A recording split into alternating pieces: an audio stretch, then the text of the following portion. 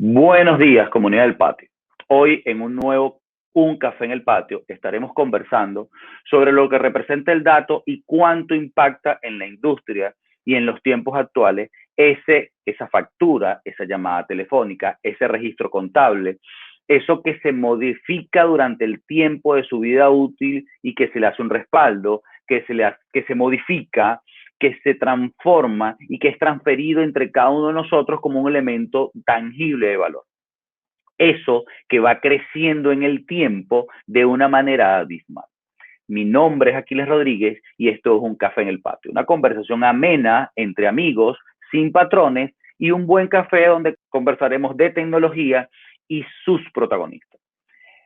Durante el día de hoy le vamos a dar la bienvenida a un gran amigo, a un conocedor de la industria, quien puedo decir que para mí particularmente es un padre laboral, porque en mis inicios en el mundo del almacenamiento fui su preventa, una tarea nada fácil. Él se ha desarrollado como ejecutivo de ventas con altas calificaciones, con un recorrido en Latinoamérica importante, siendo un gran estratega de negocios y un gran conocedor de la industria. Ha ocupado puestos relevantes en empresas como EMC, NetApp, Storatec. Ha tenido posiciones como Country Manager, Director Regional de Ventas y Multi-Country en muchos de sus casos. Su nombre es Jesús Correa. Jesús, ¿cómo estás? Buen día, Aquiles. ¿Cómo estás? ¿Cómo te ha ido? Un placer. Bastante bien. Por aquí teniéndote de visita en el patio tecnológico. ¿Cómo lo sientes? No, excelente, excelente. Qué buena oportunidad también para conversar, ¿no? Y compartir. Muchos temas tenemos pendientes por conversar de tantas batallas que hemos tenido juntos. Así A es. la comunidad del patio le agradezco su atención. Les pido seguirnos por nuestras plataformas, tanto en Instagram como en Facebook, como en LinkedIn, como en Periscope, en la cual van a encontrar no solamente la conversación que vamos a tener con Jesús, que de alto calibre, sino otras que hemos ya transitado y las próximas que van a venir. En este momento, Jesús, vamos a conversar como de alguna manera, como ya sabemos, sobre los cambios que ha tenido la industria en todo lo referente al almacenamiento, todos esos impactos que ha tenido el comportamiento de compra, el comportamiento del consumo y cuánto ha impactado el uso correcto o no correcto de almacenamiento dentro del contexto empresarial para su funcionamiento. Puedo comenzar diciendo que hemos pasado de datos centralizados en mainframe a datos distribuidos, después a datos en red. Hoy día hablamos de datos en la nube, todo un recorrido. Pero si vamos un paso atrás, anteriormente hablábamos de almacenamiento en disco y nos preocupábamos de la velocidad de rotación, el tamaño del disco, ¿ok? En algunos casos eran discos muy grandes, cada día se fueron achicando los discos. Hoy día después pasamos a una nueva concepción donde el software era tan relevante para el disco porque ya no era el comportamiento mecánico, sino era la funcionalidad, me acuerdo que llamábamos la funcionalidad del uso del dato en este ecosistema que teníamos y de esa manera construíamos un valor estratégico en el dato y en esa infraestructura que construíamos para que las organizaciones y los entes industriales trabajaran de una mejor manera, optimizando sus tiempos. Me acuerdo aquellas batallas con Telcel, no sé si te recuerdas, ¿no? Sí. Pero eso me lleva a preguntarte, los datos se han vuelto realmente grandes, podemos decir hasta inmanejables, no sé, yo creo que me acuerdo aquella experiencia de aquel Symmetrix que se vendió en la Goven, en Corpoven, que era como media nevera y tenía 500 teras, no, 500 megas y era una nevera, ¿no? El segundo en Movilnet que se tuvo que meter por una ventana, ¿no? Y hoy día estamos hablando de data mining, de big data, o sea, ya no fuimos, o sea, ya no es una caja, ya es algo muy grande. Eso ahora es un elemento de significativa importancia. Te pregunto, ¿de dónde venimos, dónde estamos y hacia dónde vamos en el concepto del almacenamiento y el dato? Buena pregunta, mira.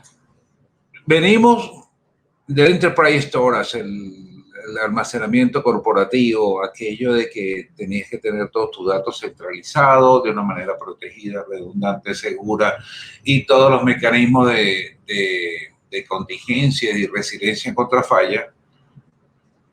a una explosión de datos que no es que no sea manejable, es que ya el mundo el mundo se ha ingeniado para ponerlo en todas partes de tal manera que pueda ser utilizado, ¿no? Eso es gracias a que la tecnología avanza de una manera vertiginosa, desde que los Estados Unidos declararon la era de la información.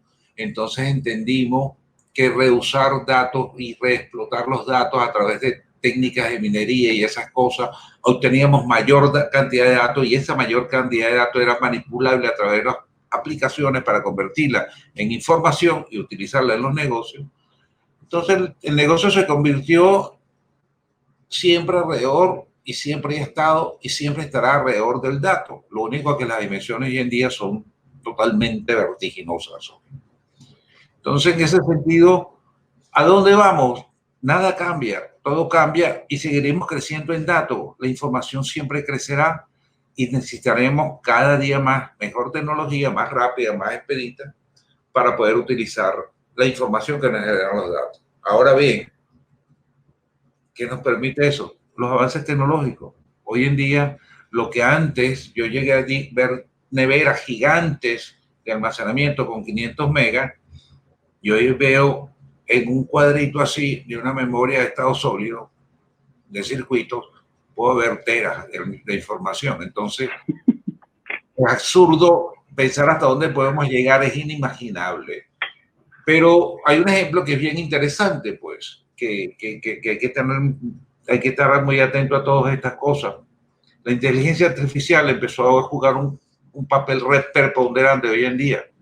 Cada vez que aplicaciones importantísimas, todo el mundo conocido, por poner ejemplos como Amazon, crece y crece y crece la información que ellos manejan.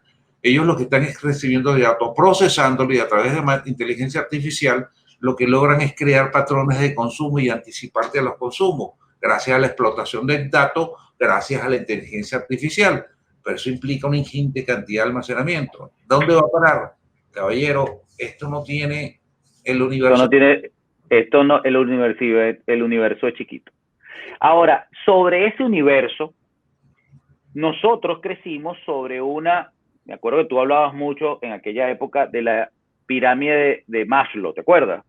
No, porque la pirámide de Maslow, me acuerdo que tú, en tu capacidad de tutor, de gran padre de muchos, le decías, no, tú siempre enseñabas, ¿no? Pero en aquella época había una persona, en la industria se habló de la pirámide de almacenamiento. ¿Te recuerdas de la pirámide de almacenamiento? Claro. Era una forma en que segmentábamos el tipo de dato y cómo se estructuraba el dato en su patrón de tamaño. Me acuerdo que el registro estaba en la pirámide en la parte alta, como el más chiquito. ¿Podrías explicarnos y refrescarnos un poco sobre eso? Y si hoy día existe una pirámide actual, ¿de qué manera podemos verla? Sí, claro. La teoría en aquel momento decía que, basada en Pareto, por cierto, las leyes de Pareto, que el 20% de los datos producían el 80% de los ingresos. Por lo tanto, yo debería tener esos datos de la manera mayormente protegida, con mejor acceso, mejor velocidad, mejor todo. ¿Ok? Entonces, para eso existían dispositivos que eran ultramente costosos, súper veloces para la época, e inclusive llegamos a tener tecnología de fibra conectada a esos discos para aumentar su velocidad, ¿no?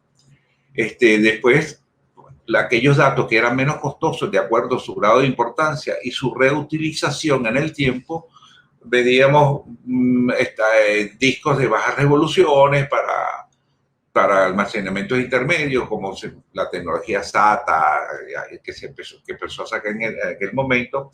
Y después para aquellos datos longevos que tenían un periodo de duración más larga por temas de legislación, tema de protección comercial, por tema de legal inclusive, que te obliga a tener registro de las informaciones que se procesaron, de los datos que se procesaron. Entonces se utilizaba robótica, ¿no? Por cierto, ahí está donde está el Storage Tech, donde yo trabajé bastante tiempo, ¿no? Pero la tecnología voló. La tecnología voló. Lo que era costoso en aquel momento se abarató.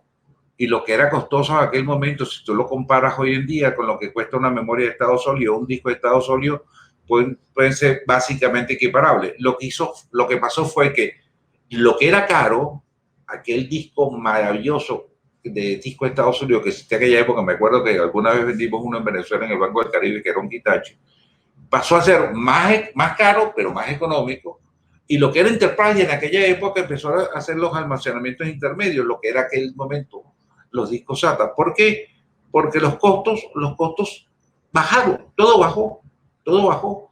Entonces, la pirámide consistía en tener en la punta de la pirámide el dispositivo más rápido y más caro para procesar el 20% de los datos, y en el dispositivo más económico ese restante de información, ese restante de datos que en algún momento tendría que reprocesar para obtener nueva información para la industria o para el comercio. ¿Okay?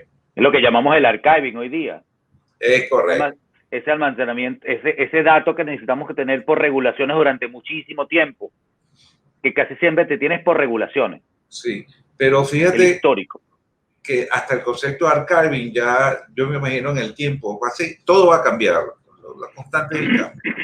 ¿Por qué? Porque la inteligencia artificial, que es lo que está mandando ahorita en todos los negocios hay inteligencia artificial, me está obligando a reutilizar con más frecuencia los datos para reutilizar y obtener resultados expeditos en tiempo real de lo que quiero obtener, información que me permita tomar decisiones.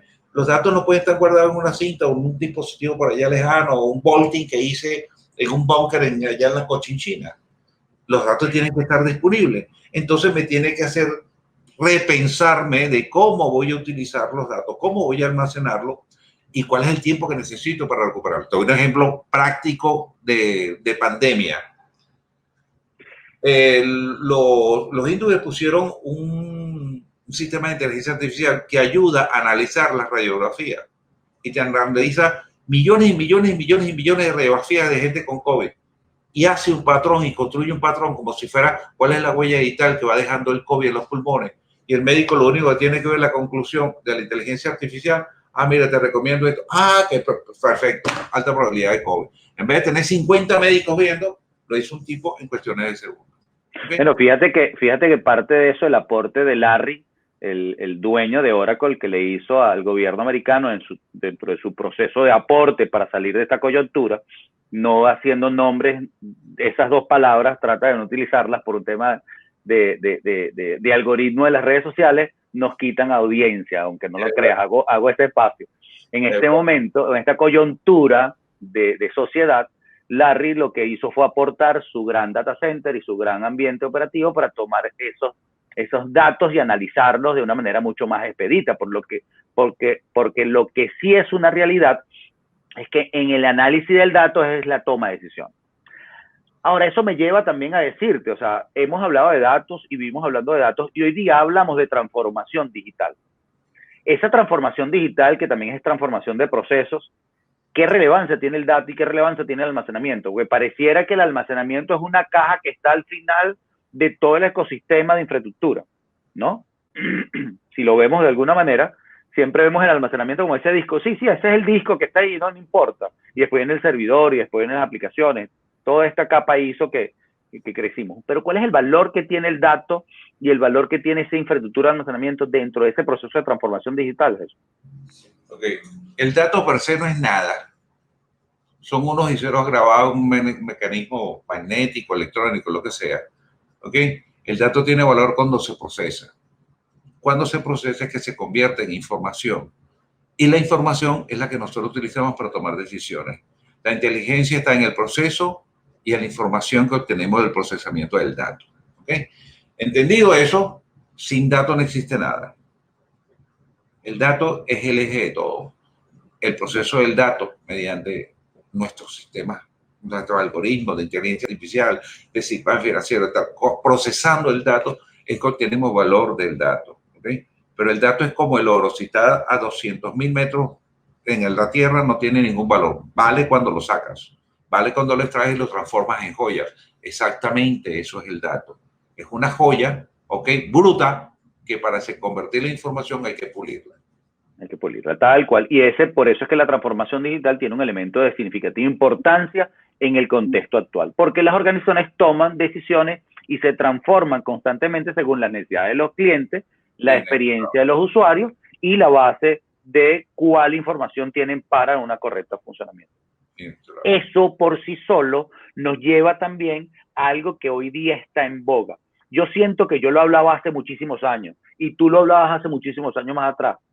Tenía otro término y otro concepto, pero hoy lo llamamos, porque a los tecnólogos nos encanta ponerle nombres y acrónimo a todo. Hoy día lo llamamos Big Data. Yo no sé si en aquella época en EMC teníamos un nombre, yo creo que había un nombre para eso. La gran ola de la información, de Big Wave, creo que se llamaba. ¿Ok?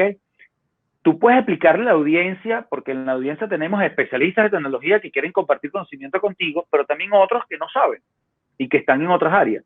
¿Qué es Big Data y en qué consiste Big Data? En términos cristianos, para que todo el mundo lo entienda. El dato genera datos.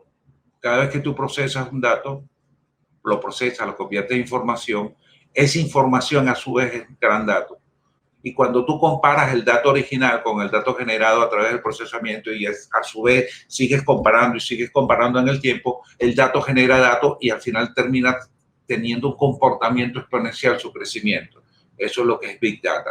Si yo analizo un patrón de consumo en verano, me da un producto de información, un resultado específico que me sirve para tomar decisiones sobre qué lanza el verano si yo fuera Amazon, si yo fuera cualquier empresa. Pero si yo ahora solo analizo los datos de consumo de los usuarios en invierno, será otro resultado. Pero yo cuando comparo todos los inviernos y todos los veranos, tendré otro resultado. Pero cuando yo comparo el patrón de consumo de las mujeres y los niños, es otro resultado. Y así sucesivamente, los datos generan datos y crecen de una manera exponencial. Big Data es a lo que nos enfrentamos. Big Data es lo que tenemos, es nuestro reto. Big Data es lo que tenemos que manejar. ¿A través de qué? Aplicaciones específicas, vuelvo a nombrar la inteligencia artificial, sistemas financieros inteligentes, sistemas regulatorios inteligentes, en fin, todo. Y donde la seguridad de la información está basada también en el dato, porque ya nosotros somos vulnerables por toda la información que está en el mundo de nosotros. O sea, cada vez que nosotros consumimos algo por redes sociales o cada vez que nosotros tenemos un acceso a una página web, estamos dando una traza de comportamiento de nosotros mismos.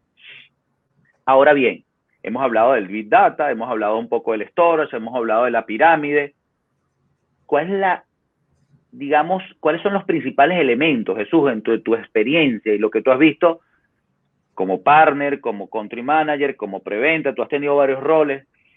¿Cuáles son esos criterios que deben tenerse para tomar una correcta decisión a la hora de adquirir una infraestructura de almacenamiento? Es increíble, ¿no? Lo que te voy a decir es increíble. Más allá del almacenamiento, porque la tecnología hoy en día no le pertenece a nadie. Nadie tiene la bola mágica de esto es lo mejor que hay en el planeta. ¿Ok? Tienes que estar más pendiente. ¿Cómo lo vas a sacar? ¿Cómo obtengo esos datos? Y lo puedo ver aquí en esta pantalla donde lo tengo convertido en información. En el medio sé que hay un computador. Computadores hay todos los del mundo. Todos los del mundo. Poder, no poder, con la capacidad, no la capacidad. Almacenamiento, tienes una gama inmensa. Pero ¿qué adquirir? Volvemos al back to the basic. La balanza de costo-beneficio, costo-valor, para el tipo de negocio que manejo. El criterio básico hoy en día es bajo el punto de vista económico. Como tecnológicamente, no estoy diciendo que todos sean iguales. Es que dependiendo del costo-beneficio que produce a mi tamaño de empresa, a mis necesidades de negocio, yo tengo una gama de opciones. Ser consultor, en este caso, de una empresa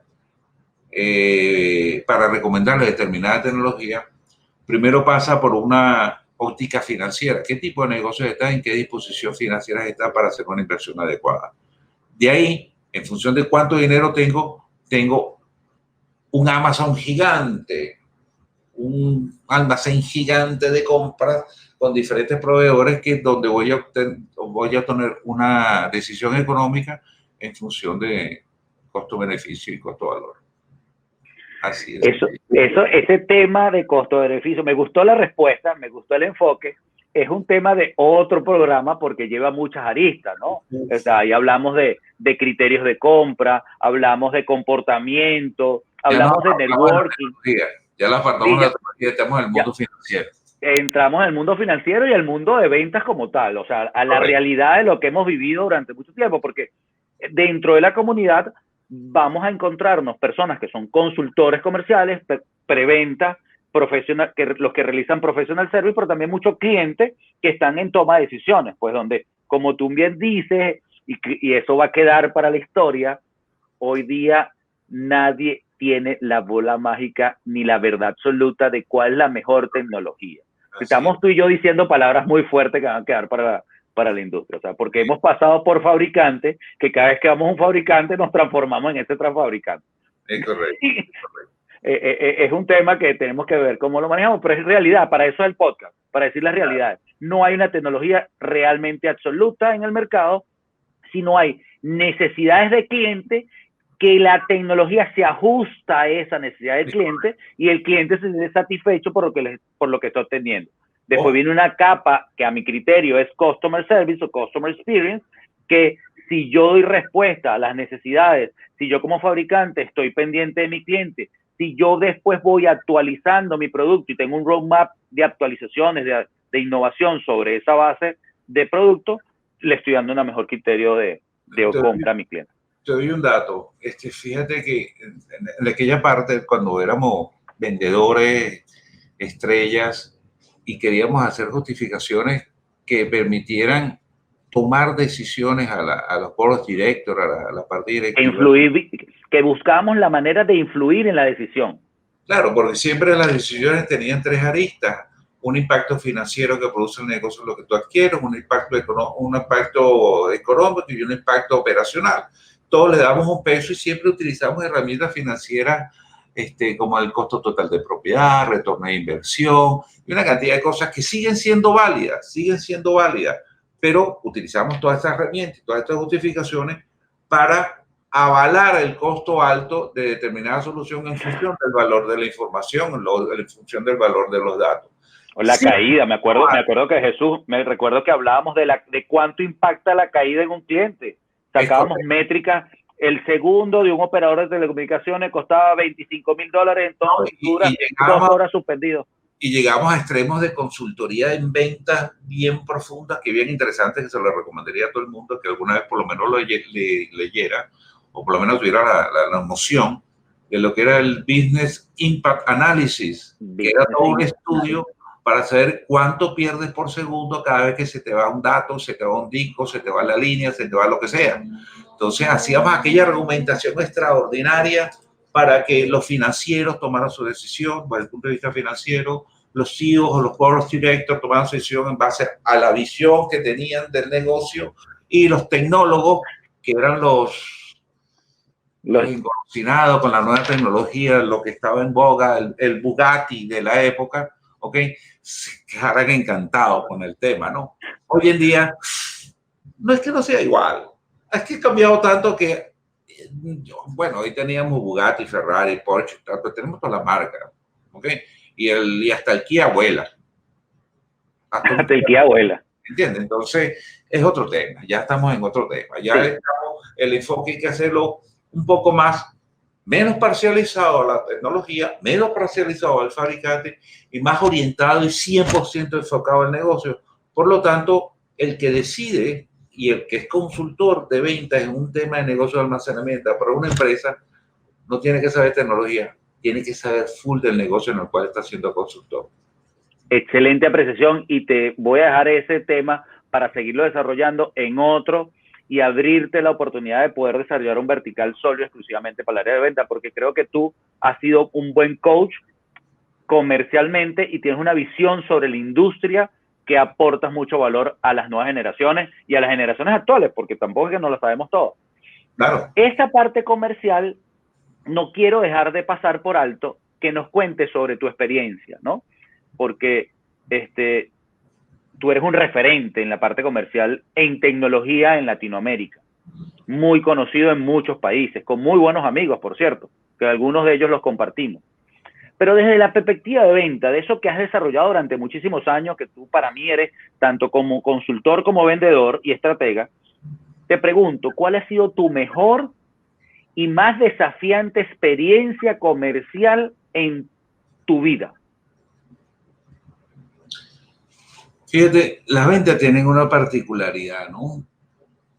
Porque lo primero que pasa es que hay que entender qué es la venta para el humano, para el ser humano. Porque cuando tú decides comprar, que comprar por gusto, a veces tenemos una noción muy vaga y muy banal de lo que es la venta, ¿no? O lo que es la compra, básicamente. Nosotros vendemos y alguien nos compra.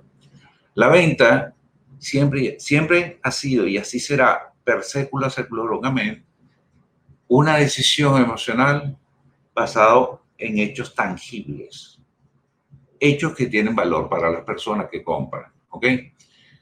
Cuando tú ves una mujer que compra algo, para ti te parece banal la forma compulsiva como compra. Sin embargo, cuando te compra un zarcillo rojo y tú nunca le viste una prenda roja, pero ella dice que ella piensa su valor es que en algún momento se va a comprar una prenda que le conviene con esa pieza y tienen una memoria gigante para almacenar ese tipo de información. Perfecto.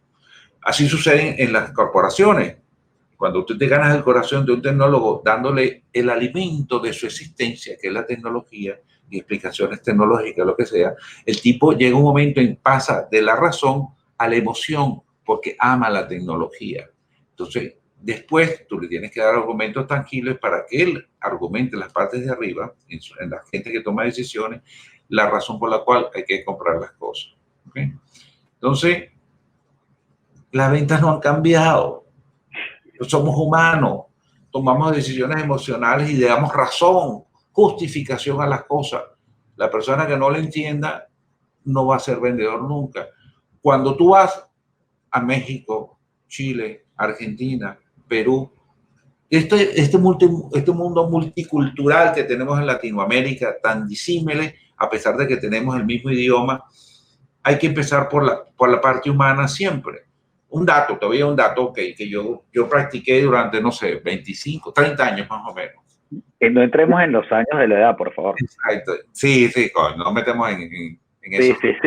Sí. Mira que tus hijos ya los veo de hombro a hombro, entonces eso es como complicado aceptarlo. Te voy a decir de lo más viejo a lo más nuevo. Cuando lo que estaba de moda, en el sentido de lo que tú tenías como medio de información para conocer un país, eran los periódicos.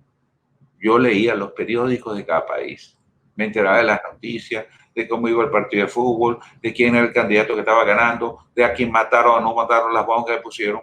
Y yo cuando llegaba a cualquier país me daban una cita, estaban recibiendo un perfecto extraño que habla un español totalmente distinto al de ellos, un perfecto extraño. Y yo sencillamente para romper la zona de congelamiento, esa zona inicial que tú nos haces, ¿qué tal? Mucho gusto. Yo sencillamente hablaba de su país. Y nada más que, no hay nada más grato que te hablen de tu país cuando viene un extranjero y que sepan quién tú eres. Y a eso la persona te ponía emocionalmente alineada contigo. Y después empezás con tu argumento de venta, una cantidad de cosas. Y después, a lo que vimos, a lo que vamos, somos consultores de venta, somos gente que sabemos de venta, que analizamos la conducta, el lenguaje kinésico, porque hay que entender cómo me muevo, qué es lo que digo, cómo me expreso para saber si está siendo aceptado o no. Eso es bien interesante. Y eso es un mundo gigante, ¿ok? Y después a lo propio, cuando tú enseñas profesionalismo, de la forma incoherente, el respeto, la coherencia, el sentido, el conocimiento, lo social, perfecto. Después vino una maravilla, que también nos ayudó muchísimo. Me llené las redes sociales, entonces yo empecé a construir lo que hoy hacen todas las grandes compañías. Yo construía perfiles del personero que el cual me iba a entrevistar. Buscaba la información que él tenía en Facebook, buscaba la información que tenía en LinkedIn, buscaba la información de todas las redes a las cuales la persona pertenecía. Hacía un trabajo de investigación de por lo menos 3 o 4 días sobre la persona para conocerlo. Y yo, si la persona era seguidor del Barça, yo me iba con algo del Barça guindado o me llevaba una cochuchita o le llegaba, mira, te traes una recorrida. Oye, ¿cómo sabías tú que era del Barça? No, me gusta y yo me imagino que a todo el mundo le gusta el Barça. Ya entraba en otro tema, porque yo lo que trataba era lo humano. Mi punto era lo humano, porque yo sabía que son decisiones emocionales basadas en argumentos tangibles. Los argumentos tangibles los construyo con Business Impact Analysis, con ROI, con costo total de propiedad, con estudios financieros, con tendencias de mercado, con Customer Reference, con todo eso, los argumentos tangibles ya yo lo tenía, es copy-paste, pero lo que necesitaba era esa conexión emocional para que el tipo me comprara a mí. Cierto. Eso no Eso ha cambiado, caballero. Eso no ha cambiado. Eso no ha cambiado. Lo que sí ha cambiado, y creo que es importante dejar claro que podemos desarrollarlo en otro momento, es los patrones de consumo, la realidad de consumo, ¿no? Porque las necesidades se han transformado, siguen siendo las mismas, hay una calificación de necesidades, y esa calificación de necesidades viene acompañado de otros elementos que suman como elemento de ventas, donde obviamente, de compra, donde obviamente el valor-precio tiene una referencia importante. No me hablaste de lo más desafiante de tu carrera como comercial. O sea, eso no me lo dijiste. O sea, no lo quieres nombrar, es un reto, un desafío. O sea, no hay una experiencia, mira, sabes que en aquel cliente de TV, yo me acuerdo, o en Movilnet una vez, o en Banco Popular en Dominicano. O sea, tú debes tener algo así que te sirva como ese hecho anecdótico. Hice esto, me enfrenté con esto y logré esto. No, es que básicamente todo lo que te estoy diciendo es aprendido, ¿ok? Esto no es algo que yo soy súper inteligente. Yo tuve una formación férrea al estilo americano, Navy, estilo Navy, básicamente eran unos maratones de Coco Wash, enseñándote técnicas de venta, psicología de la venta, o sea, mucha psicología, muchas cosas. Entonces, obviamente, al final, cuando tú empiezas a utilizar las herramientas las haces de uso cotidiano, vas a formar conducta. Entonces, lo que yo soy es mi conducta. Yo soy así, pero por formación. No porque nací así, no porque genéticamente me lo trasladaron. Entonces, claro, los que son coach y se dicen llamar coach hoy en día, son coach o porque hicieron un curso de coach o porque hablan tan bonito que les dio la gana de hacerlo. Pero resulta que ser coach hoy en día es otro tema. Tienes que tener formación, porque es un tema que tiene que ver hasta con la psicología, ¿no? El reto más difícil probablemente haya sido hacer negocio con corporaciones. ¿Se vale decir el nombre? Estamos en un podcast, aquí todavía no nos han regulado. Banco Bilbao Vizcaya, Banco Santander. Complicado. Y es absurdo porque somos ellos, o sea, yo soy español.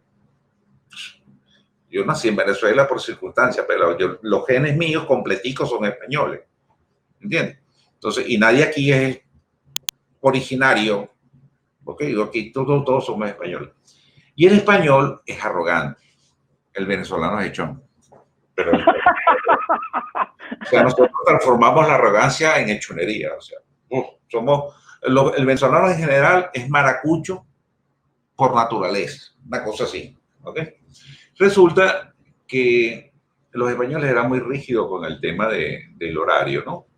Y yo iba con una persona americana, el cual le había dicho, tenemos que ser hiperformal, hiper temprano. Ya conozco, el tipo no le gusta esperar, no voy a decir el nombre del presidente. Y por alguna razón, el gringo dice, no, o sea, me espera, porque el gringo venía de la cultura de que después de los Estados Unidos el resto es indio. Entonces, hay una arrogancia también en los americanos, ¿no? Llegamos tarde, 5 minutos tarde. Y el tipo esperó 5 minutos, se levantó y dijo, ok, ya no tengo que hablar con usted, ya yo di el tiempo que yo tenía que esperar, me voy. Y se fue. Y ha dejado el gringo con la palabra, porque no solamente hizo dos cosas. Primero llegó tarde, después empezó a hablar en inglés.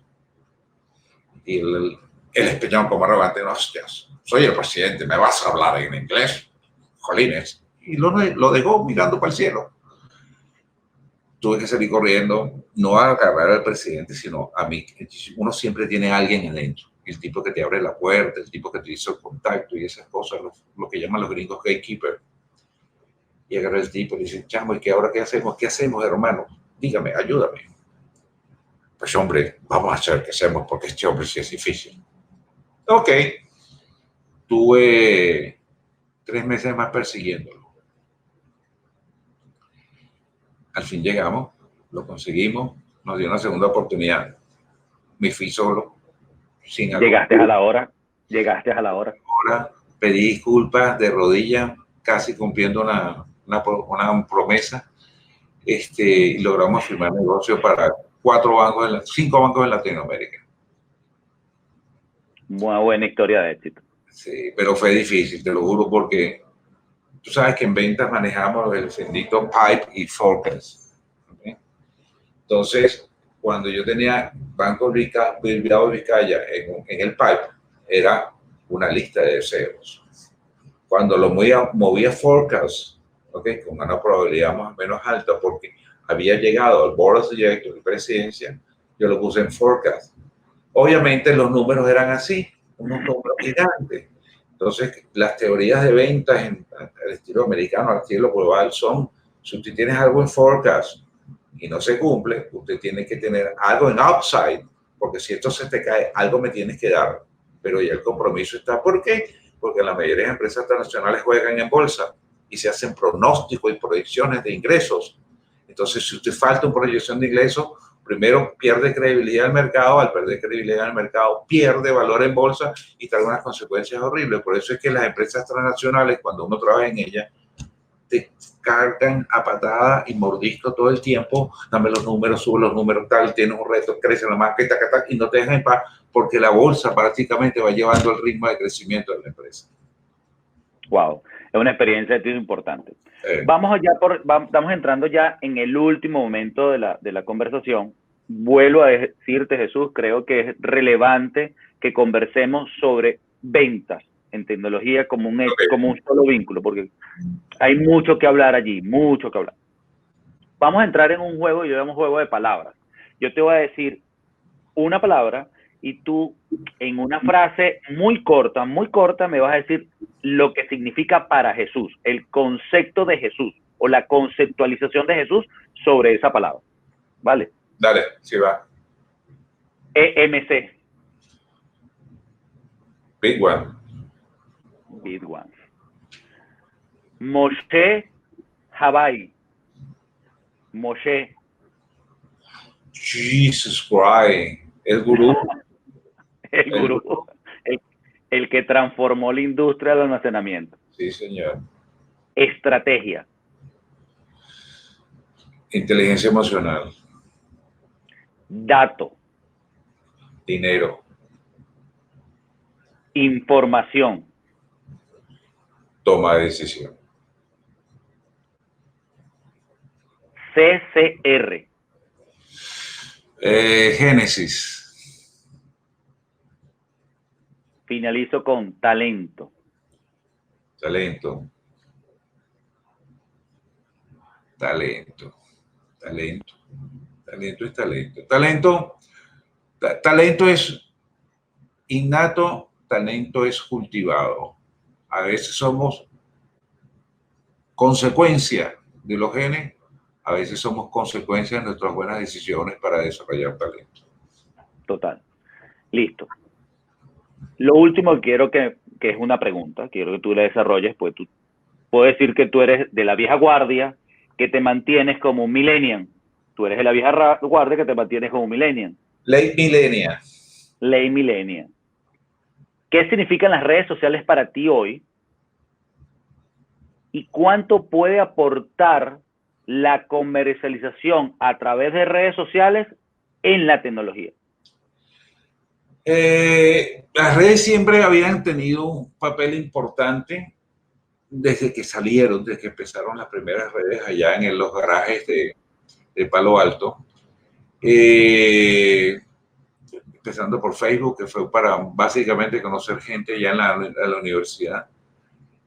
Hoy en día, la gente no se ha dado cuenta que tanto valor, en lo personal creemos que son formas de compartir experiencia.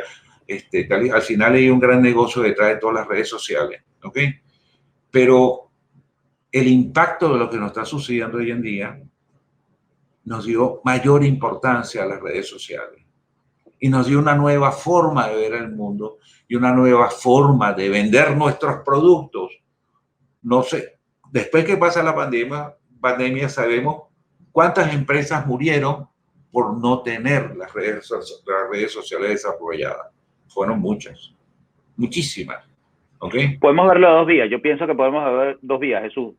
el hecho de tener redes sociales nos ayudó a bajar el patrón de fallecidos en una situación como esta, porque el no tenerla, nadie se entera. O sea, yo creo que la red social ha dado una capacidad de comunicar rápidamente eventos, situaciones, para que la gente se ponga en contexto, ¿no? Te voy a poner una moraleja, como una historia. Te voy a caricaturizar este tema.